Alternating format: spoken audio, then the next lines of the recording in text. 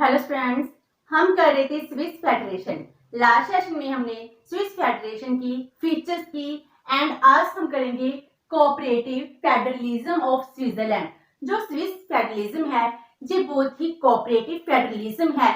इसमें जो सेंटर है एंड स्टेट्स हैं इन दोनों में बहुत कोऑपरेशन है।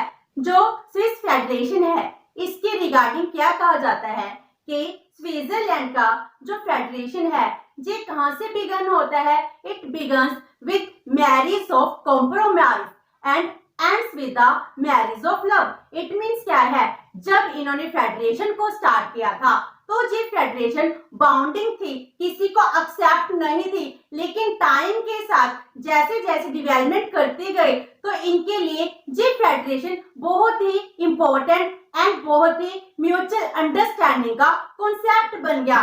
तो जो स्विट्जरलैंड का फेडरेशन है ये बहुत ही कोऑपरेटिव फेडरेशन है। तो इसकी कौन कौन सी प्रोविजंस हैं जिस वजह से जो स्विस फेडरेशन है हम इसको कोऑपरेटिव फेडरलिज्म भी कहते हैं। तो first one is cooperation between the confederation and the cantons. जितने भी कैंटन्स हैं एंड कॉन्फेडरेशन है इनमें कोऑपरेशन है, म्यूचुअल अंडरस्टैंडिंग के अकॉर्डिंग ही ये अपने टास्क हैं इनको कंप्लीट करते हैं। जो भी ऑब्जेक्टिव कैंटन्स के हैं या फिर सेंट्रल लेवल पर फेडरल गवर्नमेंट के हैं ये आपस में मिलकर इन सबको अचीव करने की कोशिश करते हैं, तभी तो इनमें बहुत ज्यादा म्यूचुअल कोऑपरेशन है। अगर इनमें किसी भी रिगार्डिंग कोई डिस्प्यूट अराइज होता है तो वो रिजॉल्व भी कैसे करते हैं, म्यूचुअल अंडरस्टैंडिंग के थ्रू। अपने जो भी डिस्प्यूट्स हैं इनको नेगोशिएट के थ्रू रिजॉल्व कर लेते हैं। Next is participation in federal decision making. जो कैंटन्स हैं, कैंटन्स सेंट्रल लेवल पर फेडरल डिसीजन मेकिंग प्रोसेस का पार्ट बनते हैं। अगर कोई डिसीजन लेना है, डिसीजन लेने के लिए जो फेडरल गवर्नमेंट है वो रिलेटेड कैंटन से उसके रिगार्डिंग डिस्कस करती हैं एंड जो फेडरल गवर्नमेंट है, फेडरल गवर्नमेंट भी क्या करती है, जितने भी उसके प्लान्स है, पॉलिसीज है, टाइम के साथ साथ कैंटन्स को फुल इंफॉर्मेशन देती हैं।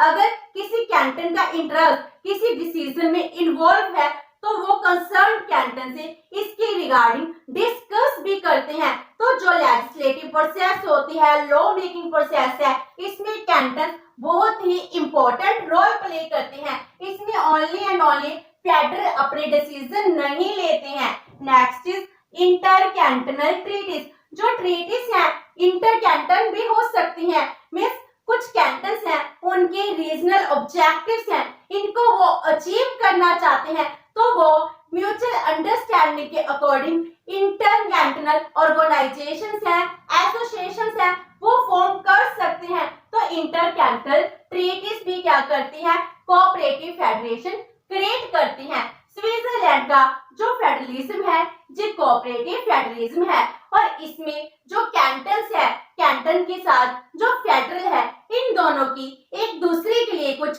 ऑब्लिगेशंस भी हैं। वो क्या है, first one is obligations of cantons towards union. जो यूनियन है, यूनियन के रिगार्डिंग कैंटन्स क्या ऑब्लिगेशंस पे करते हैं।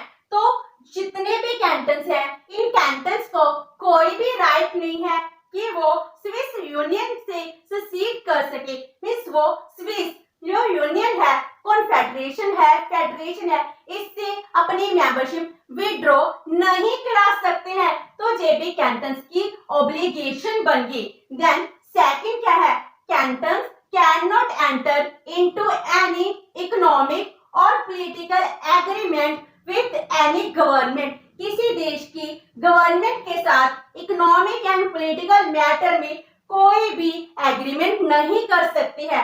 अगर इकोनॉमिक एंड पॉलिटिकल एग्रीमेंट होगा वो फेडरल यूनिट ही करेगी, फेडरल लेवल पर ही ये एग्रीमेंट किए जाते हैं। कैंटन्स का इसमें कोई भी राइट नहीं है। एंड जो फेडरल गवर्नमेंट है can send security forces into the cantons to maintain piece.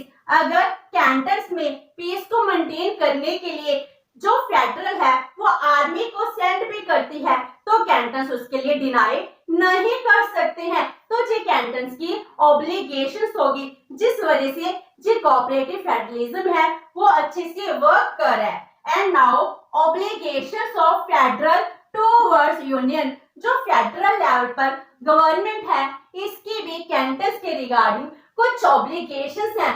वो क्या है?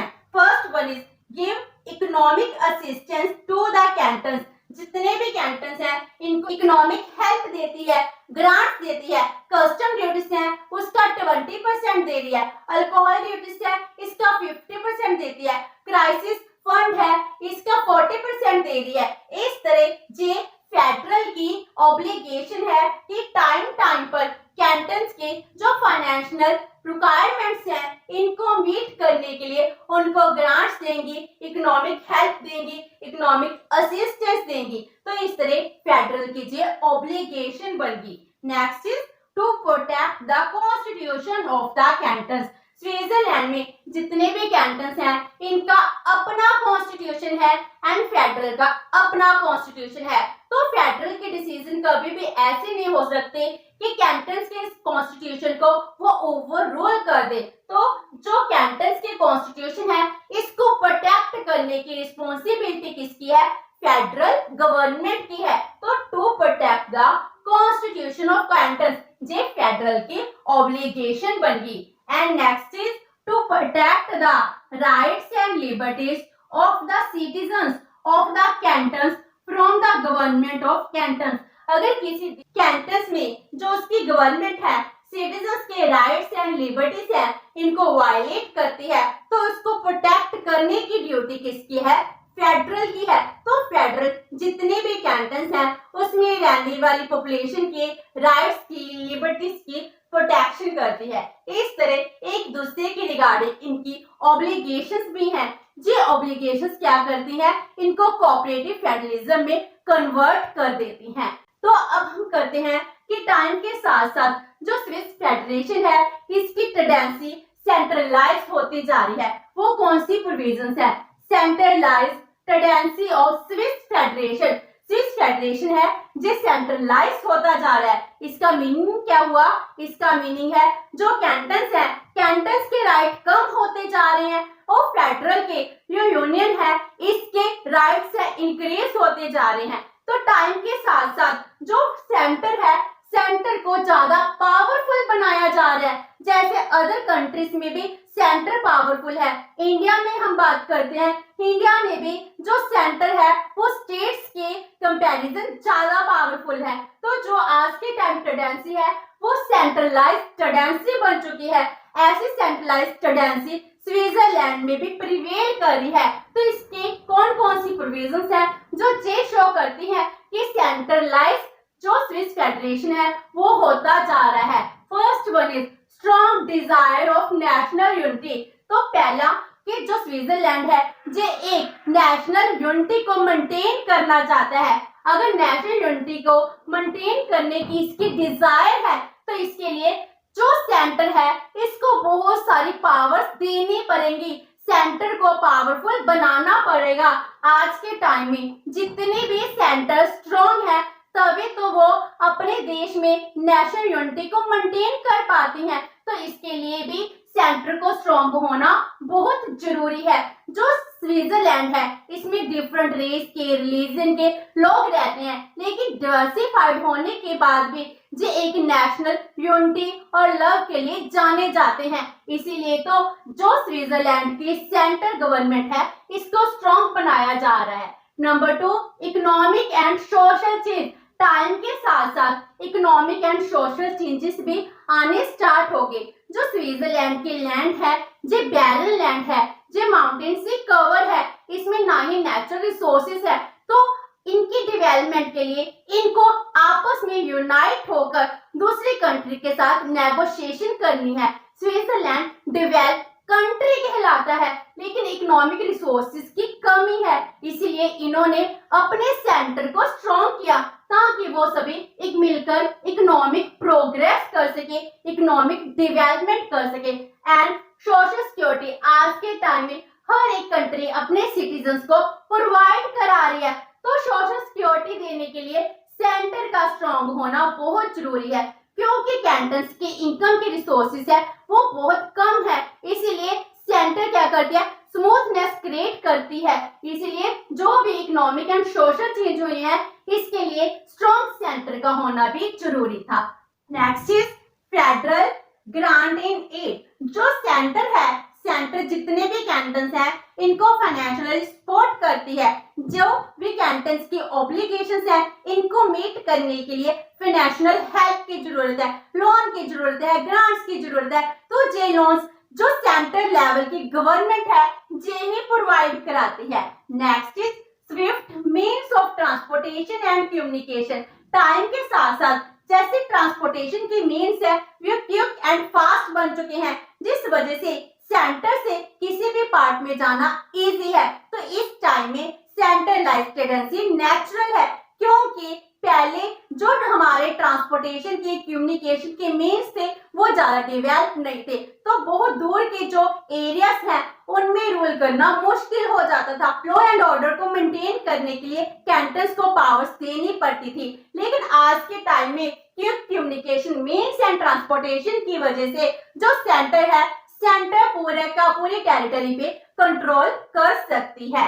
Next is effect of two world wars and economic depression। Although जो स्विट्जरलैंड है ये एक न्यूट्रल कंट्री है, ये 2 वर्ल्ड वॉर्स में कोई पार्टिसिपेट नहीं करता, लेकिन फिर भी इसने क्या सीखा कि अगर देश में वर्ल्ड वॉर की सिचुएशन होती है, इकोनॉमिक डिप्रेशन की सिचुएशन होती है, इकोनॉमिक क्राइसिस आता है, जैसे इस टाइम कोरोना पेंडेमिक आकर गया है, इस सिचुएशन में अगर सेंटर स्ट्रांग होगा तभी जाकर जो कैंटन्स हैं अपनी डेवलपमेंट कर पाएंगे। तो जो भी सिचुएशंस है एक सेंट्रलाइज कंट्रोल होता है, वो कंट्रोल क्या करता है, देश को स्ट्रांग पावरफुल बनाता है। तो इनका इफेक्ट ही है जिस वजह से जो सेंटर है, सेंटर स्ट्रांग बन पाया है।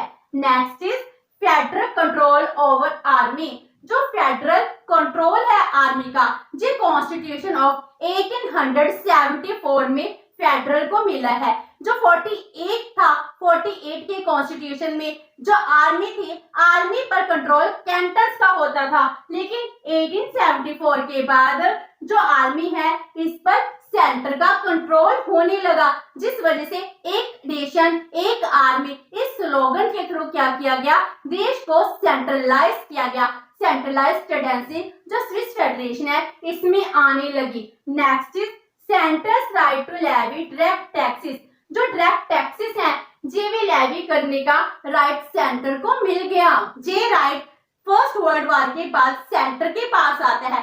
जब सेंटर इनकम टैक्स पर डायरेक्ट टैक्स लगा रही है, तो डायरेक्ट टैक्स की वजह से जो सेंटर है, सेंटर की इनकम इंक्रीज करगी। इस तरह जब सेंटर डायरेक्ट टैक्स इंपोज कर सकती है, इनकम रिसोर्स इंक्रीज हो जाते हैं, तो सेंटर का पावरफुल बनना जो ऑटोमेटिक है।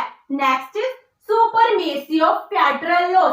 जो स्विट्जरलैंड का कॉन्स्टिट्यूशन है, कॉन्स्टिट्यूशन भी क्या करते हैं, जो फेडरल लॉज है, फेडरल गवर्नमेंट है, इनको सुप्रीम डिक्लेयर करता है।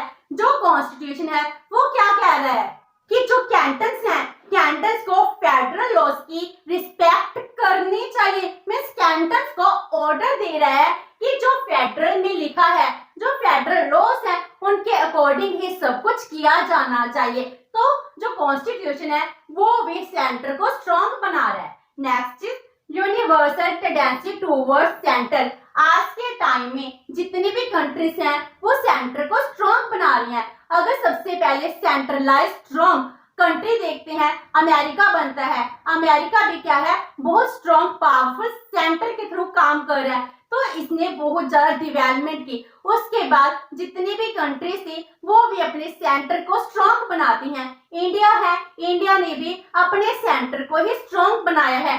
तो इसलिए ये यूनिवर्सल टेंडेंसी है, वर्ल्ड में जितनी भी कंट्रीज है वो अपने सेंटर को स्ट्रॉन्ग बनाना चाहती हैं। तो जब स्ट्रॉन्ग सेंटर बन जाता है, इससे इकोनॉमी है, कंट्री है, वो पावरफुल बन जाती है। इसीलिए नेचुरल था स्विस भी एक स्ट्रॉन्ग सेंटर ही बनाना चाहेगा।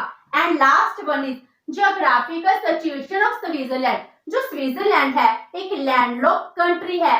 इन इसके चारों तरफ जो पावरफुल नेशंस है फ्रांस, जर्मनी, ऑस्ट्रिया, इटली, ये 4 कंट्रीज हैं। तो ये कभी भी जो स्विट्जरलैंड है इस पर अटैक कर सकती हैं। अपनी ऑटोनॉमी को सेव करने के लिए इन्होंने यूनाइट हुए हैं। अगर यूनाइट हुए हैं तो सेंटर को स्ट्रॉन्ग भी बनाना ही पड़ना था। इसीलिए इनकी सिचुएशन भी यही डिमांड कर रही है कि सेंटर को बहुत ज्यादा स्ट्रॉन्ग बनाया जाए। तो ये थी centralised tendency of Swiss federation. तो आज के टाइम में जो स्विस फेडरेशन है इसका फ्यूचर क्या है कि आने वाले टाइम में जो कैंटन्स हैं, कैंटन्स की पावर्स खत्म हो जाएंगी? नहीं, जो स्विस फेडरेशन है, स्विस फेडरेशन में क्या कहा गया है, अगर कॉन्स्टिट्यूशनल अमेंडमेंट करनी है इसके लिए भी अगर कैंटन्स हैं, वहां के लोग हैं, अगर यस कहेंगे मेजोरिटी के साथ वो फेवर में होंगे तभी कॉन्स्टिट्यूशनल अमेंडमेंट हो सकती है। जो रेजिस्ट्री पावर्स है वो भी क्या दी गई है, कैंटन्स को दी गई है। इसका मीनिंग क्या हो गया, कैंटन्स को ऑटोनॉमी दी गई है और वो ऑटोनॉमी आज भी कैंटन्स के पास है। लोकल एडमिनिस्ट्रेशन है वो कैंटन्स खुद रन करते हैं एंड जो नेशनल लेवल के अफेयर्स है वो सेंटर ही रन करता है। इस तरह वहां पर कोऑपरेटिव फेडरलिज्म है जिसमें स्टेट ऑटोनॉमी को भी साथ ही मेंटेन कर रखा हुआ है। विद दिस स्विस फेडरेशन का कॉन्सेप्ट है कंप्लीट होता है। होप सो कि आपको ये सेशन अच्छा लगा होगा। अगर आपकी कोई क्वेरी है तो post it in the comment box and video अच्छी लगी तो please like and share with your friends. Thank you so much and have a nice day.